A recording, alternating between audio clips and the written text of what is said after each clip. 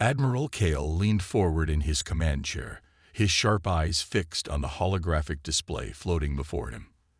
The screen showed a live feed from one of the Zenari Empire's surveillance drones, which had been quietly monitoring Earth's space activity.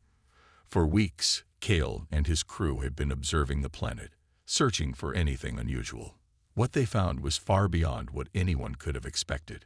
The drone's camera zoomed in on a small house located in a quiet suburban neighborhood. Inside, a young boy sat at a desk cluttered with papers, empty soda cans, and a glowing computer monitor. His name was Ethan Carter, though Kale didn't know that yet. To the Admiral, he was just a human child, no older than 12 or 13. But something about the way the boy moved caught Cal's attention. He wasn't simply playing games or browsing the internet like other humans his age. Instead, Ethan was deeply focused on what appeared to be a space warfare simulation game. At first glance, it seemed ordinary enough. The screen displayed star maps, fleets of ships, and tactical maneuvers. It looked like any other video game designed to entertain kids who dreamed of becoming starship captains. But as Cal studied the footage more closely, his curiosity turned into suspicion. The movements of the virtual ships weren't random. They followed patterns that were eerily familiar. In fact, they matched some of the most advanced battle strategies used by the Zenari military. Kale frowned. How could a human child possibly know these tactics? They were classified, known only to high-ranking officers within the Empire. Even more puzzling was how natural Ethan seemed while commanding the simulated fleet. His fingers danced across the keyboard, issuing orders with precision and confidence. Every decision he made was calculated, every move deliberate. It was almost as if he had been trained for this, not as a gamer, but as a real commander. "Commander Vren," Kale called out, his voice calm but firm. A tall, silver-skinned officer stepped forward and saluted.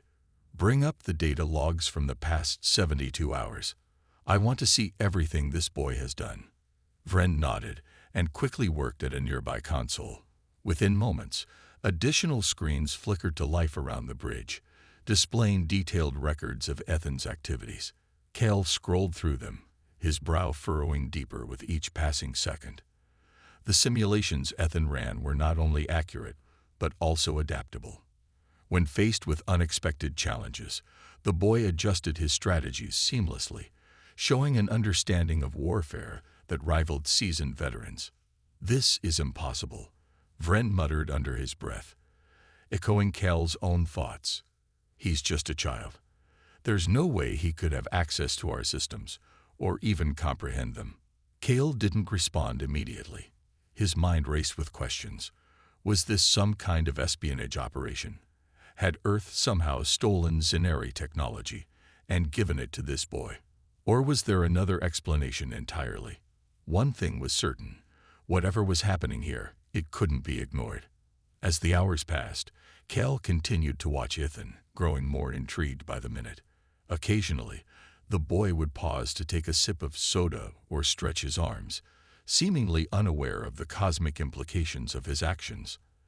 At one point, a girl walked into the room, likely his sister, and teased him about spending too much time on the computer. Ethan laughed and shrugged her off, returning to his game without missing a beat. But Kale knew better. This wasn't just a game. Something bigger was at play, and he was determined to find out what it was. Commander Vren stood beside Admiral Kale on the bridge of the flagship, staring at the screens that displayed every detail of Ethan's activities. The boy was still seated at his desk, oblivious to the fact that he was being watched by one of the most powerful beings in the galaxy. His fingers moved swiftly over the keyboard, guiding ships through complex maneuvers in the simulation. To anyone else, it might have looked like a harmless hobby, but to Kale and Vren, it was something far more significant. "Sir," Vren said, breaking the silence, "we've analyzed the software he's using. It doesn't exist in any database we have access to. Not human, not Zenari, not even among the trade networks of other species." Kale nodded slowly, his sharp eyes narrowing, as he studied the footage. So someone gave it to him. Or perhaps he built it himself. Vren hesitated, clearly skeptical. A child. Building something this advanced. That seems unlikely. Unlikely, yes, Kale admitted. But not impossible. Look at how he adapts. Every time the simulation throws a new challenge at him, he adjusts without hesitation. He's not just playing. He's learning. Growing. Vren frowned but didn't argue. Instead, he turned back to the console and pulled up additional data. There's more, sir. We've traced some of the variables in his simulations. They match real star systems, ones we've been monitoring for potential threats. And the tactics he uses, they're eerily similar to ours. Kale leaned back in his chair, his expression thoughtful. Similar, but not identical. He's modifying them, improving them, even. The two officers exchanged a glance, both realizing the implications of what they were seeing. If Ethan truly had access to classified scenario strategies, or worse, if he had somehow figured them out on his own, it raised serious questions about Earth's technological capabilities. Could humanity be hiding advancements they hadn't shared with the rest of the galaxy? Or was there another explanation? As they continued their observation, Ethan's older sister entered the room again. This time, she carried a plate of cookies and set it down next to him. Her name was Mia, though Kale only knew her as the girl. She teased Ethan gently, asking if he ever planned to leave his computer and join the real world. Ethan rolled his eyes but smiled, grabbing a cookie before turning back to his screen. Interesting dynamic, Kale murmured, watching the interaction. She doesn't seem to understand the significance of what he's doing. Maybe she does, Vren suggested. Maybe she's part of it. Kale shook his head. No. If she were involved, she wouldn't act so casually. She has no idea what's happening here. For the next few hours, Kale ordered his team to dig deeper into Ethan's life. They hacked into local databases, pulling up information about his family, school records, and online activity. What they found was surprisingly ordinary. Ethan was a bright student, excelling in math and science, but nothing in his background suggested he was capable of creating such sophisticated simulations. There were no connections to military organizations, no signs of illegal tech trading, nothing that could explain his extraordinary abilities. Yet, despite all the evidence pointing to normalcy, Kale couldn't shake the feeling that Ethan was special. Something about the way the boy commanded those virtual fleets felt natural, as if he'd been born to do it. Sir, Vren interrupted his thoughts, we've detected something unusual. Every time Ethan changes a variable in the simulation, it sends out a faint signal, a kind of encrypted transmission. It's weak, almost undetectable, but it's there. Kale's eyes widened slightly. To whom is it transmitting? That's the strange part, Vren replied. It's not directed at anyone specific. It's more like it's broadcasting into space, randomly. Kale stood up abruptly, his mind racing. Broadcasting what? We're still decoding it, but preliminary analysis suggests it's fragments of strategic data. Battle plans, fleet movements, resource allocations, the same kind of information Ethan uses in his simulations. The Admiral stared at the screen, his thoughts churning. Was Ethan sending messages to someone, or something, out there? And if so, who was receiving them? One thing was clear. This boy was far more than he appeared to be. Admiral Kale paced the length of the observation deck, his mind heavy with questions. The discovery of the faint signals being broadcast from Ethan's computer had only deepened the mystery. It wasn't just that the boy was running advanced simulations. He was somehow transmitting data into space. But to whom? And why? These were answers Kale desperately needed. Commander Vren stood nearby, holding a tablet filled with analysis reports. Sir, he began hesitantly, we've traced the frequency of those signals. They don't align with any known communication protocols. Not human, not Scenari, not even the trade languages used by other species. Kale stopped pacing and turned to face him. So, It's something new. Something unique. Exactly, Vren replied. And there's more. The content of the transmissions, it's fragmented, incomplete, but when we piece it together, it looks like instructions. Instructions.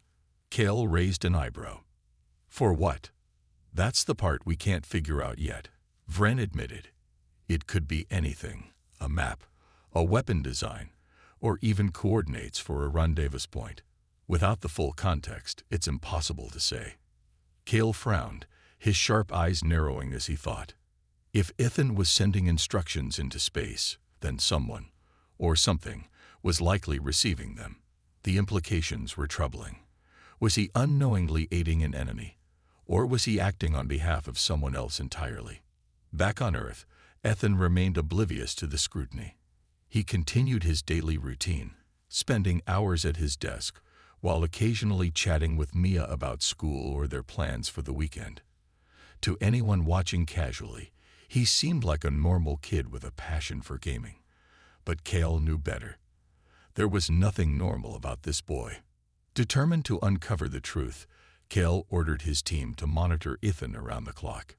Every keystroke, every movement, every interaction was recorded and analyzed. Slowly but surely, they began piecing together a clearer picture of the boy's activities. What they found was astonishing. Ethan wasn't just modifying existing strategies in his simulations. He was creating entirely new ones. His approaches to fleet movements, resource allocation, and defensive formations were unlike anything Kel had ever seen. They were innovative, efficient, and shockingly effective. It was as if Ethan had an innate understanding of warfare that surpassed even the most experienced commanders. One evening, as Ethan worked late into the night, Kale noticed something unusual. The boy paused mid-simulation, staring at the screen with a puzzled expression. Then, without warning, he began typing rapidly, entering commands that didn't match any known system. The simulation responded instantly, shifting into a configuration that made Kel's breath catch. It was a formation he recognized, a classified Zenari maneuver that had been developed in secret just months ago. How is this possible? Kale whispered to himself, his voice barely audible.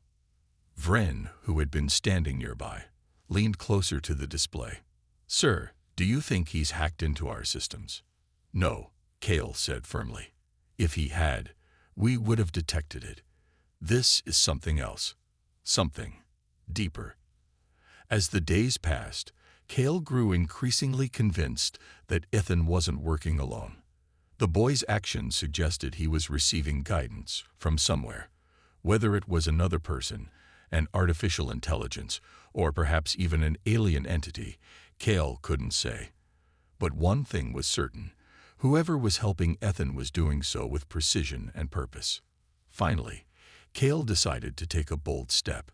He instructed his engineers to embed a subtle signal into the data streams being transmitted from Ethan's computer. It was a harmless ping, designed to bounce back and reveal the location of whoever, or whatever, was on the receiving end. It was risky, but necessary.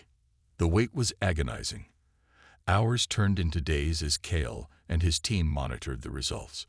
Then, finally, they got a hit. The signal returned, originating from a distant sector of space, far beyond Zenari territory. When Kale saw the coordinates, his blood ran cold. It was a region known as the Void, a desolate expanse shrouded in mystery and danger. Few ships dared to venture there, and those that did rarely returned. Whatever was guiding Ethan was hiding in the darkest corner of the galaxy. Kale clenched his fists, his resolve hardening. He didn't know what awaited them in the void, but he knew one thing for certain. The answers lay there, and he would stop at nothing to find them. Admiral Kale stared at the coordinates displayed on the holographic screen, his mind racing. The void was a place of legends and nightmares, a vast, uncharted region of space where even the bravest explorers feared to go. And yet, it was clear now that Ethan's mysterious transmissions were being sent there. Someone, or something, was hiding in the darkness, pulling strings from afar. Commander Vren stood nearby, his expression tense. "Sir, if we send a fleet into the void, we risk losing it entirely. We don't know what's out there."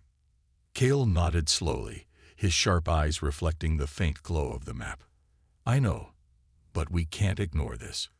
Whatever is guiding Ethan could pose a threat, not just to us, but to Earth as well." Vren hesitated before speaking again. "Do you think the boy knows? Does he realize what he's doing?" "I'm not sure," Kale admitted, "but I intend to find out."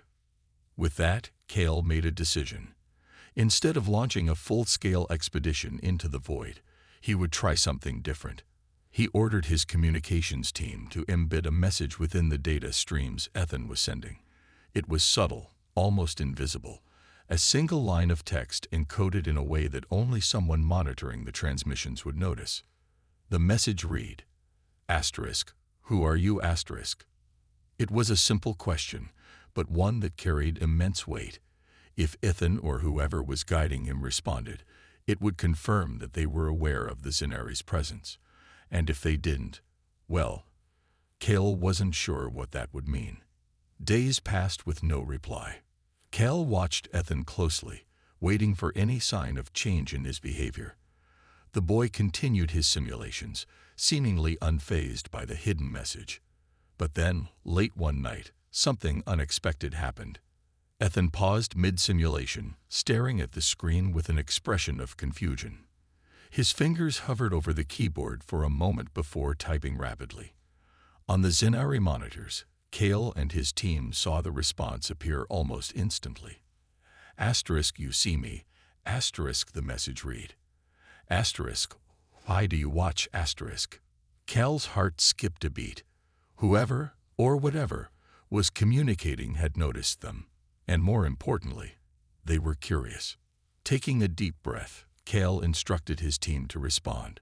This time, the message was slightly longer. "Asterisk, we mean no harm. We want to understand, asterisk." The wait felt endless. Minutes ticked by as Kale and his crew held their breath, watching the screens intently. Finally, another message appeared. "Asterisk, I am alone. Help me, asterisk." The words sent a chill through the room. Alone? What did that mean? Was Ethan truly acting independently, or was he being manipulated by some unseen force? Kale decided to take a risk. He sent one final message. "Asterisk, tell us who you are, asterisk." This time, the reply came quickly. "Asterisk, I am far away. Too far. But I dream of battles, of stars, of life beyond silence, asterisk." Kale frowned, trying to make sense of the cryptic response. It sounded like poetry, yet there was a desperation beneath the words, a longing for connection. Whoever this was, they weren't hostile. At least, not yet. Over the next few days, Kale maintained cautious communication with the unknown entity, always careful not to reveal too much about the Zenari Empire. Through these exchanges, he learned fragments of information. The entity claimed to exist in the void, trapped between dimensions. It had somehow reached out to Ethan, using him as a conduit to project its thoughts into the physical world. Ethan, for his part, seemed unaware of the true nature of his connection. To him, the simulations were just games, complex puzzles that challenged his mind. Yet, as Kale observed, he began to notice small changes in the boy's behavior. Ethan started asking questions during family dinners, wondering aloud about the stars and the possibility of life beyond Earth. Maya teased him gently, calling him a space nerd, but Kale saw something deeper, a growing awareness stirring within the boy. As the days turned into weeks, Kale found himself torn. Part of him wanted to sever the connection immediately, fearing the potential danger. But another part couldn't ignore the opportunity. If this entity in the void truly sought help, and if Ethan was the key to understanding it, they might uncover something extraordinary. For now, Kale chose to keep watching, to keep listening, because somewhere in the vast expanse of the galaxy, a voice had reached out across the silence. and Kale knew they couldn't turn away. Admiral Kale sat in his private quarters, staring at the glowing screen of his personal console. The messages from the entity in the void replayed over and over in his mind. I'm alone. Help me, asterisk. The words were simple, yet they carried a weight that pressed heavily on him. He couldn't shake the feeling that this was more than just an isolated incident. It was a turning point. Commander Vren entered the room, his usual confident stride replaced by cautious steps. "Sir," he began, "the Council is demanding an update. They want to know what we're dealing with." Kale sighed, rubbing his temples. "Tell them we're still gathering information. But also, tell them we may have found something unprecedented." Vren hesitated. "Do you really believe that? That this entity could be genuine?" "I don't know what to believe," Kale admitted. "But I do know one thing. Ethan Carter isn't acting alone. Whatever is guiding him, it's intelligent, and it's reaching out for a reason." Meanwhile, back on Earth, Ethan continued his daily routine, seemingly unaware of the cosmic drama unfolding around him. His simulations grew more complex, almost as if the entity in the void was teaching him new strategies. Each keystroke brought another layer of understanding, another glimpse into the art of warfare across the stars. One evening, Mia walked into Ethan's room, holding 2 cups of hot chocolate. She handed one to her brother and plopped down on the bed beside him. "You've been spending a lot of time on this lately," she said, nodding toward the screen. "What's so special about it?" Ethan shrugged, taking a sip of his drink. "It's just fun, I guess, like solving a puzzle." Mia raised an eyebrow. "Fun? You call commanding imaginary fleets fun? Most kids your age are playing games where they shoot aliens or race cars." "This is better," Ethan replied with a grin. "It feels real, like I'm actually there, making decisions that matter." Mia studied him for a moment, her expression softening. "You've always been different, haven't you? Even when we were little, you had this way of seeing things others didn't." Ethan laughed, brushing off her comment. "Yeah, well, maybe I'll grow up to be a space captain or something." Little did Mia know how close her joke was to the truth. Back aboard the Zenari flagship, Kale decided to take the next step. He crafted a message designed to test the entity's intentions. "If you need help," he wrote. "Tell us how we can assist you." The response came faster than expected. "Bring me closer. Let me see through your eyes." Kale frowned, unsure of what the entity meant. Was it asking to inhabit someone? To use Ethan, or perhaps even a Zenari officer, as a vessel? The thought sent a shiver down his spine. Before responding, Kale called a meeting with his senior staff.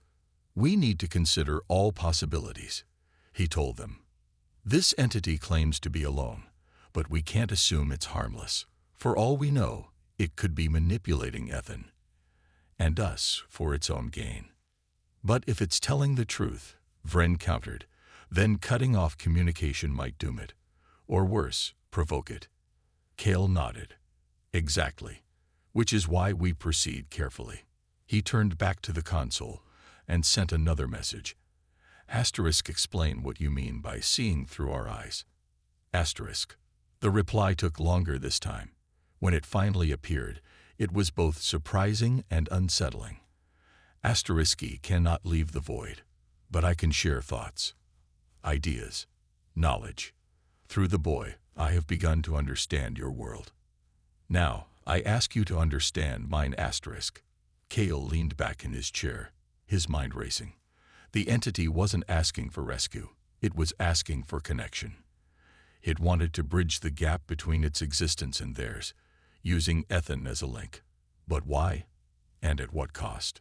Over the following days, Kale maintained careful contact, learning more about the entity's nature. It described itself as a fragment, a remnant of a once great civilization that had vanished months ago. Trapped in the void, it survived by observing distant worlds, piecing together fragments of knowledge like a mosaic. As Kale listened, he realized the entity wasn't a threat. It was a survivor, lonely, desperate, and yearning for meaning. And somehow it had chosen Ethan to be its voice. With each passing day, Ethan's abilities grew sharper. His simulations became less like games and more like blueprints for real battles. Kale knew they couldn't keep this secret forever. Sooner or later, humanity would have to learn the truth.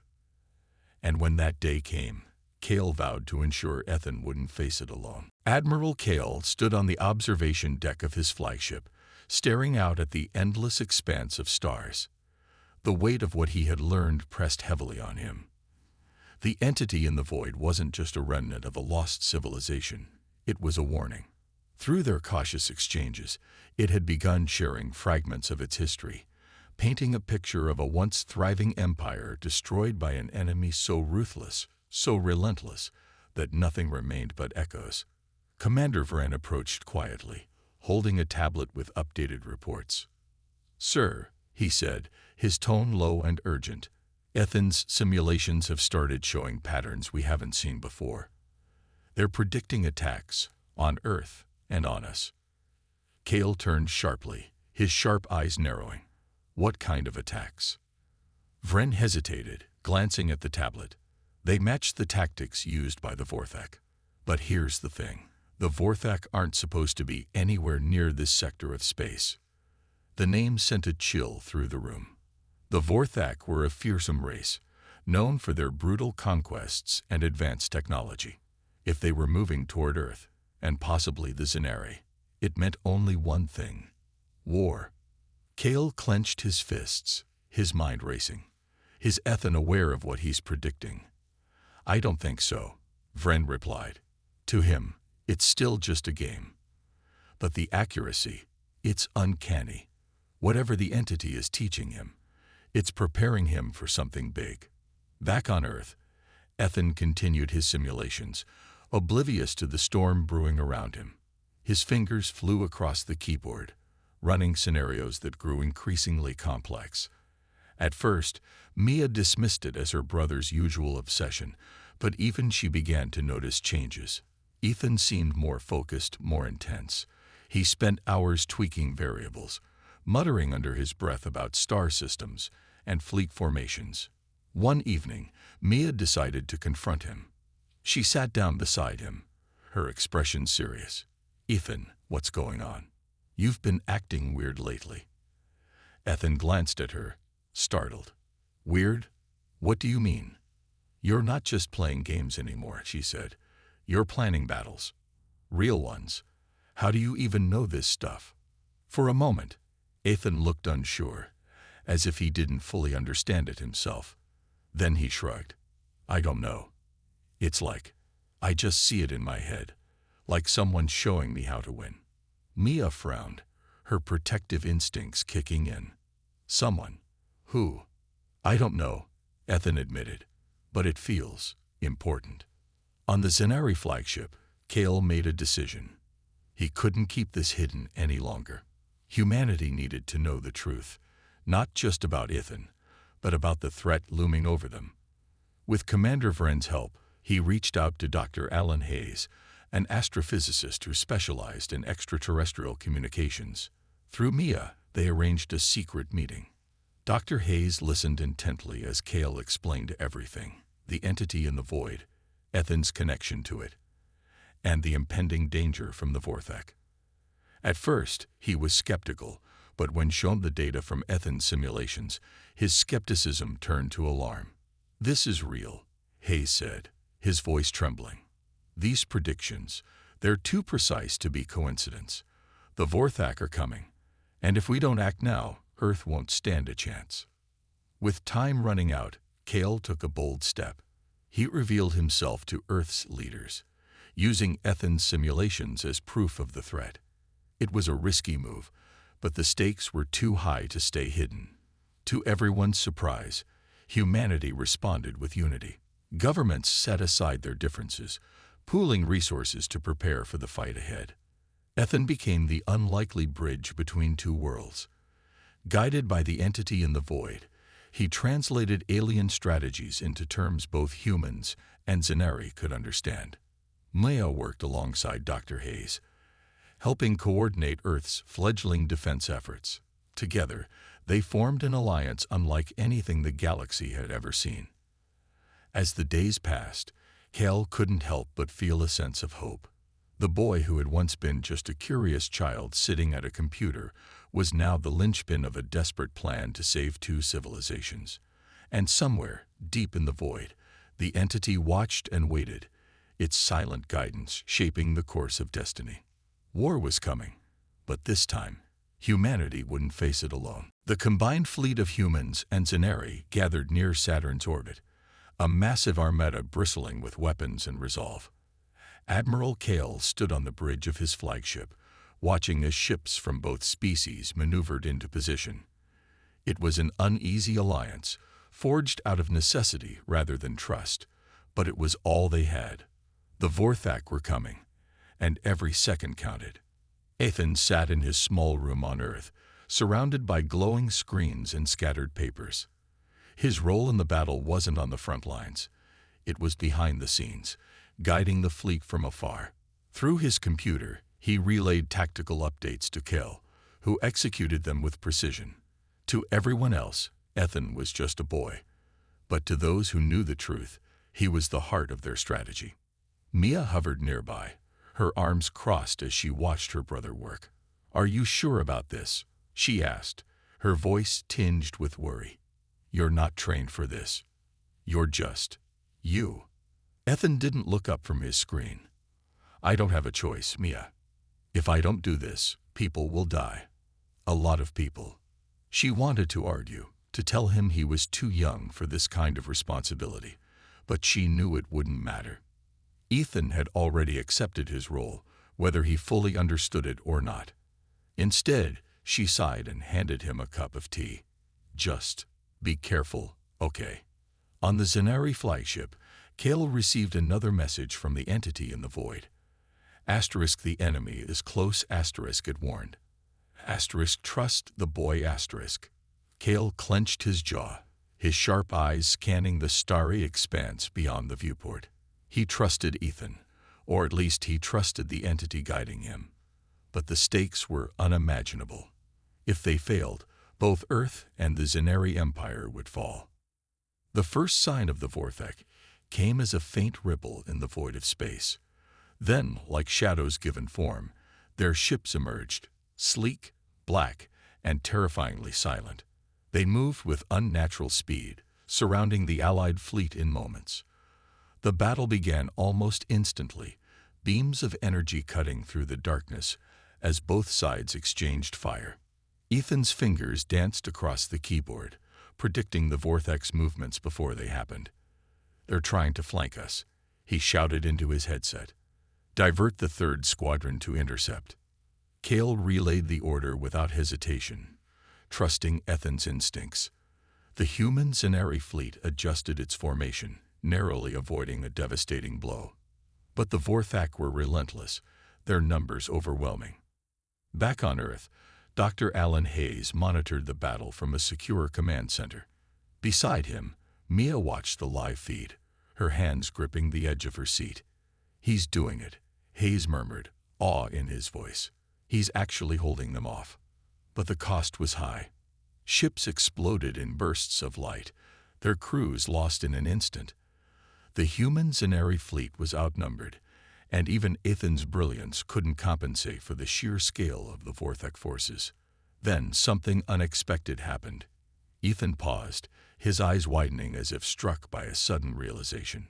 "Wait," he whispered. "There's something, a weak point." "What is it?" Kale demanded over the comms. "Their flagship," Ethan replied, his voice steady despite the chaos around him. "It's shielded, but there's a gap, a tiny one. If we hit it just right, we can take it down." Kale hesitated. The plan was risky, requiring perfect timing and coordination. One mistake, and the entire fleet would be exposed.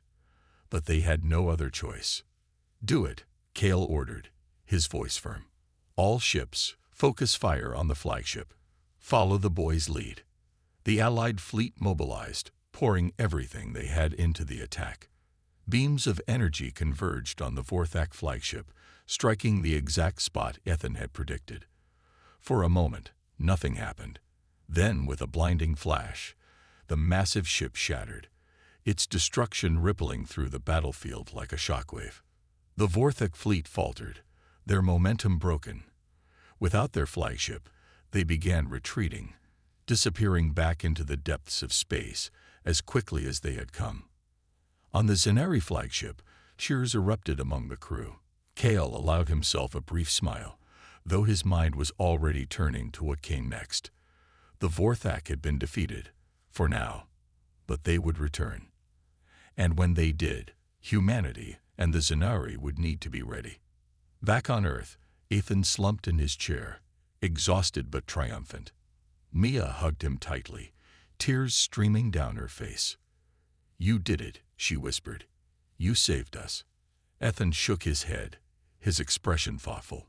"Not me," he said softly. "We did it. All of us." Somewhere in the void, the entity watched silently, its purpose fulfilled. For now, the victory was bittersweet. The combined fleet of humans and Zenari had survived the battle. But the cost was heavy. Ships lay in ruins, drifting silently in the cold void of space. Lives had been lost, both human and Zenari, and the scars of war would linger for generations. Yet, amidst the wreckage, there was hope. For the first time, humanity had proven it could stand shoulder to shoulder with an alien race, united against a common enemy. Admiral Kale stood on the bridge of his flagship, staring at the aftermath of the battle. His sharp eyes scanned the debris field, taking in the silent remnants of what had once been proud vessels. Despite the losses, he felt a quiet sense of pride. Humanity had risen to the challenge, proving they were more than capable of defending themselves and others. Ethan sat alone in his room, surrounded by dim light from his computer screens. The adrenaline that had fueled him during the battle had faded, leaving behind an emptiness he couldn't quite explain. He replayed the events over and over in his mind, wondering if he'd done enough. Had he saved everyone he could, or had he made mistakes that cost lives? Mia walked in quietly, carrying a tray of food. She set it down beside him and sat on the edge of his bed. "You need to eat," she said gently. "You've done so much already." Ethan glanced at her, his expression tired. "I don't feel like I've done anything special. I just followed the patterns." Mia frowned, reaching out to squeeze his hand. "That's not true. You saved us all. Don't forget that." Kale decided it was time to honor Ethan publicly. Through secure channels, he arranged a ceremony to recognize the boy's contributions. When news broke about Ethan's role in the battle, people around the world were stunned. A shy teenager from a small town had become the unlikely hero of an interstellar war. Reporters swarmed the Carter household, eager to hear Ethan's story, but Mia stepped in, shielding her brother from the chaos. "He's just a kid," she told them firmly. "Let him breathe." Meanwhile, Earth's leaders worked quickly to solidify their alliance with the Zenari. Dr. Alan Hayes played a key role, helping translate the complexities of alien technology into terms humanity could understand. With Cal's guidance, Earth began upgrading its defenses, preparing for the inevitable return of the Vorthak. But Cal knew the alliance went beyond weapons and strategies. It was about trust. To strengthen that bond, he invited Ethan aboard the Zenari flagship. The boy hesitated at first, unsure if he deserved such recognition, but Mia encouraged him. "Go," she said. "You've earned this." When Ethan arrived, Kale greeted him personally, presenting him with a ceremonial pin, a symbol of honorary membership in the Zenari fleet.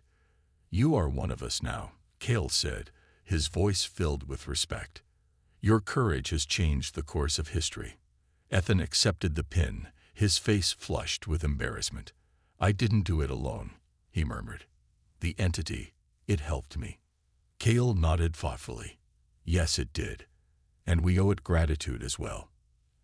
As the days passed, life began to settle into a fragile normalcy. Ethan returned to school, though his classmates now looked at him differently. Some treated him like a celebrity. Others kept their distance, unsure how to relate to him. Maya remained his constant companion, grounding him when the weight of his newfound fame became too much. On the Zenari flagship, Kale continued monitoring the void, searching for signs of the entity. Though it had gone silent after the battle, Kale couldn't shake the feeling that it was still watching, waiting. He didn't know what the future held, but one thing was certain.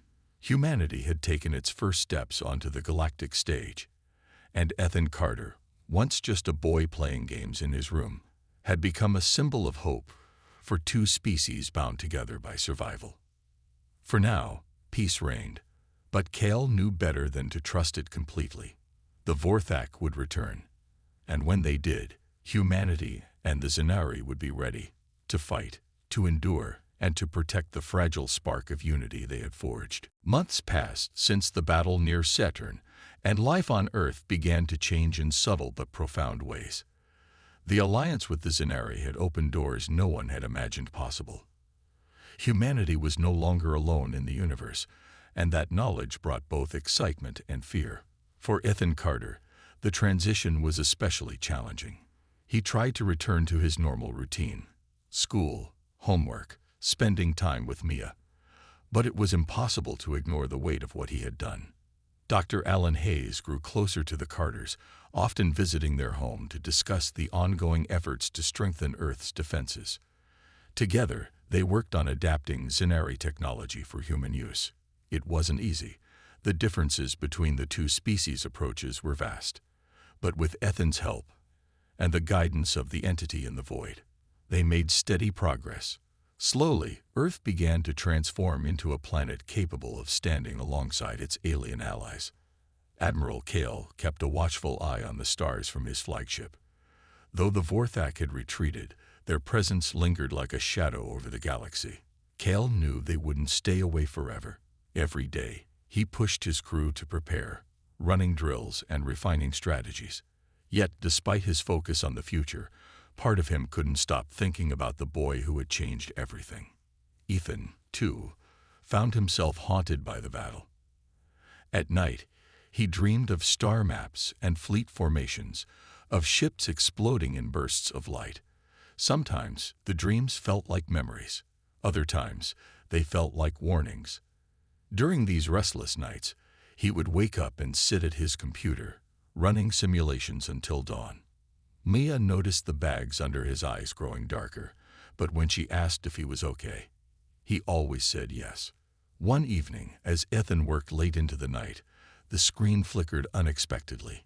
A message appeared, glowing faintly against the darkness. Asterisk, the storm is coming, asterisk, it read. Asterisk, he ready. Asterisk. Ethan froze, his heart pounding. He recognized the words instantly. It was the entity in the void. After months of silence, it had returned. What do you mean? Ethan typed back, his fingers trembling slightly. Asterisk, the Vorthak are not gone, asterisk, the entity replied. Asterisk, they regroup, they adapt, and they will come for you, asterisk. Ethan stared at the screen, his mind racing. He wanted to tell someone, to warn Admiral Kale or Dr. Hayes, but something held him back. This message was meant for him, not for anyone else. The next morning, Ethan approached Mia cautiously. What would you say if I told you the Vorthak are coming back? Mia looked up from her breakfast, startled. What? How do you know that? I just feel it, Ethan said, choosing his words carefully, like a hunch. Mia frowned, setting down her fork. You can't keep carrying this on your own, Ethan. You need to tell someone. Reluctantly, Ethan agreed. Later that day, he met with Admiral Kale via a secure video link. When he shared the entity's warning, Kale didn't dismiss it. Instead, he ordered his fleet to double its patrols and begin fortifying key locations around Earth's solar system. As tensions rose, humanity prepared for the worst. Schools held emergency drills, teaching children how to respond to alien attacks. Factories worked around the clock to produce weapons and shields based on Zenari designs. Even ordinary citizens pitched in, volunteering to help build shelters or assist with logistics. Through it all, Ethan remained at the center of the effort. His simulations became more detailed, predicting every possible scenario the Vorthak might use. Kale relied on him completely, trusting the boy's instincts as much as his own experience. But Ethan wasn't alone anymore. Mia joined him, helping organize data and coordinate with Earth's leaders. Together, they formed a team that included Dr. Hayes and other experts. For the first time, Ethan felt like he truly belonged, not just to his family, but to something greater. On the Zenari flagship, Kale gazed out at the stars, his expression grim. The storm was indeed coming, and when it arrived, nothing would ever be the same. But as long as humanity and the Zenari stood together, as long as Ethan Carter sat at his computer, dreaming of battles beyond imagination, they had a chance. And for now, that was enough. The galaxy seemed quieter than usual, but Admiral Kale knew better. The calm before the storm was always deceiving. On Earth, preparations continued at a frantic pace. Shipyards churned out new vessels, armed with hybrid human Zenari technology. Cities fortified their defenses, and governments worked together in ways they never had before. Humanity was learning quickly, adapting to the harsh realities of interstellar war. Ethan Carter spent most of his days in front of his computer, running endless simulations. His connection to the entity in the void remained strong, though its messages grew shorter and more urgent. Asterisk, they are closer, asterisk, it would say. Asterisk, prepare. Asterisk, each warning sent a chill through Ethan, but he didn't let fear paralyze him. Instead, he focused on what he could control, his strategies, his plans, his role in the coming battle. Maya stayed by his side, helping however she could. She organized supplies for local shelters, coordinated volunteer efforts, and made sure her brother ate and slept regularly. Sometimes she teased him about being Earth's secret weapon, but deep down, she was proud of him. He wasn't just her little brother anymore. He was someone who mattered to the entire planet. Admiral Kale visited Earth frequently, meeting with leaders and checking on the progress of their joint defense efforts. During one of these visits, he stopped by the Carters' home to speak with Ethan privately. Sitting across from the boy, Kale studied his face carefully. "You've grown," he said simply. "Not just taller. You carry yourself differently now." Ethan shrugged, looking uncomfortable. "I don't feel different. I'm still just me." Kale nodded thoughtfully. "Sometimes, greatness isn't something you choose. It chooses you, and when it does, all you can do is rise to the occasion." Ethan didn't respond, but the words lingered in his mind long after Kale left. When the Vorthak finally returned, they came with devastating force. Their fleet was larger this time, their weapons more advanced. But humanity and the Zenari were ready. Under Ethan's guidance, the Allied forces launched a daring counterattack, striking at the heart of the Vorthak armada. The battle raged for days, each side refusing to yield. In the end, it was Ethan's insight that turned the tide. Using patterns provided by the entity in the void, he identified a critical weakness in the Vorthak command structure, a single ship acting as the nerve center for their entire fleet. With precision timing, the Allied forces destroyed it, causing chaos among the enemy ranks. One by one, the Vorthak ships retreated, vanishing into the depths of space once again. Victory brought relief, but also sorrow. Lives had been lost, homes destroyed, and scars left behind. Yet, there was hope. Humanity had proven itself capable of standing against even the fiercest adversaries. The alliance with the Zenari had grown stronger, built on mutual respect and shared sacrifice. For Ethan, life slowly returned to normal, or at least as close to normal as it could be. He resumed attending school, though he was no longer just another student. People looked up to him, sought his advice, and thanked him for what he had done. Maya published a memoir detailing their journey, ensuring future generations understood the importance of unity and courage. As the years passed, Ethan occasionally received messages from the entity in the void. They were faint now, almost whispers, but they reminded him that he wasn't alone. Somewhere out there, beyond the stars, a fragment of an ancient civilization still watched over him. Admiral Kale kept his promise, inviting Ethan aboard the Zenari flagship whenever he wished. Together, they gazed at the stars, knowing that peace was fragile, but worth protecting. And so, humanity stepped boldly into the cosmos, guided by the lessons of the past and the dreams of a boy who had once played games in his room. The galaxy was vast and full of dangers, but for the first time, Earth was ready to face them, allies at its side and heroes among its people.